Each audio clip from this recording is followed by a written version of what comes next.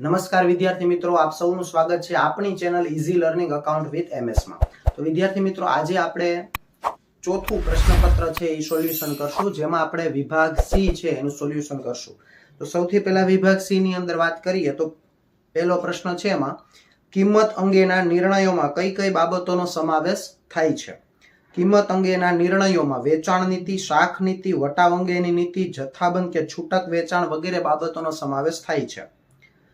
ટેલરની ભિન્ન વેતન દરની પદ્ધતિ વિશે સમજાવો।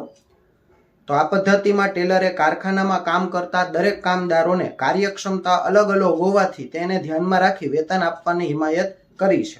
જે કામદાર વધુ કાર્ય કરે તેને વધુ વેતન ને જે ઓછું કાર્ય કરે તેને ઓછું વેતન। ત્યાર પછી આયોજન પરિવર્તનશીલ હોવું જોઈએ। શા માટે?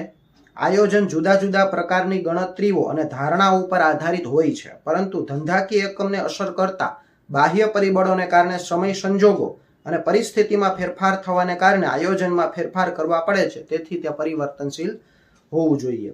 ભરતી એટલે શું? ભરતી એટલે યોગ્ય સમય, યોગ્ય સંખ્યામાં, યોગ્ય જગ્યા માટે યોગ્ય લાયકાત ધરાવતી વ્યક્તિઓ મેળવવાની પ્રક્રિયા। ધંધાકીય કસોટી અને મનોવૈજ્ઞાનિક કસોટી દ્વારા શું જાણી શકાય છે?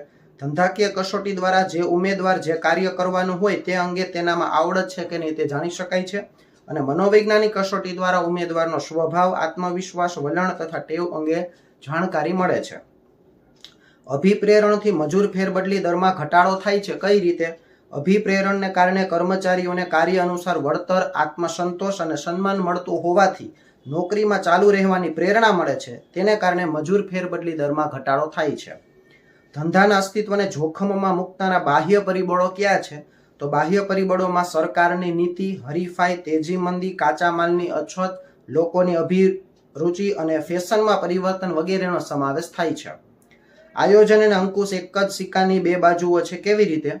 તો આયોજનની સફળતાનો આધાર અંકુશ ઉપર રહેલો છે, તેના દ્વારા જ પ્રવૃત્તિઓમાં રહી ગયેલ વિચલનો શોધીને સુધારાલક્ષી પગલાં લેવામાં આવે છે। બીજી બાજુ અંકુશનું કાર્ય અસ્તિત્વ આયોજન વગર શક્ય નથી, કારણ કે અંકુશના કાર્યમાં આયોજનના લક્ષ્યાંકો સિદ્ધ થયા છે કે નહીં તેની ચકાસણી કરવામાં આવે છે। એટલે એમ જોઈએ તો આયોજન જ ન કર્યું હોય તો અંકુશ કાર્યને વિચારણા કરી શકાય નહીં। ત્યાર પછી કાર્યશીલ મૂડીનો ખ્યાલ સમજાવો। તો કાર્યશીલ મૂડી છે એ ધંધાના રોજબરોજના ખર્ચાઓ ચૂકવવામાં રહેલી હોય છે, અને ધંધાકીય એકમની સતત કાર્યશીલ રાખવા માટે રોજબરોજના ખર્ચા ચૂકવવા માટે કાર્યશીલ મૂડીની જરૂર પડે છે। કાર્યશીલ મૂડી એટલે કે જે દેવાદારો, લેણી હુંડી, સ્ટોક એ બધામાં કાર્યશીલ મૂડી રહેલી હોય છે, તેમાં જોખમનું તત્વ ઓછું હોય છે। ત્યાર પછી અસંગઠિત નાણાં બજાર એટલે શું?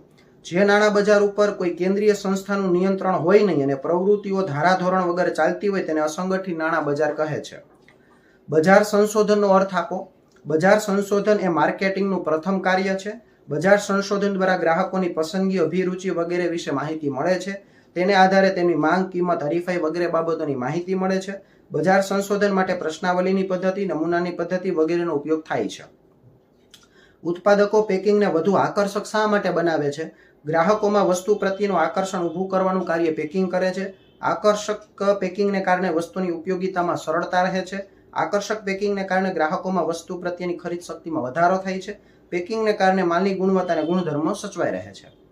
ત્યાર પછી પ્રસિદ્ધિની ભૂમિકા કે કાર્યો જણાવો।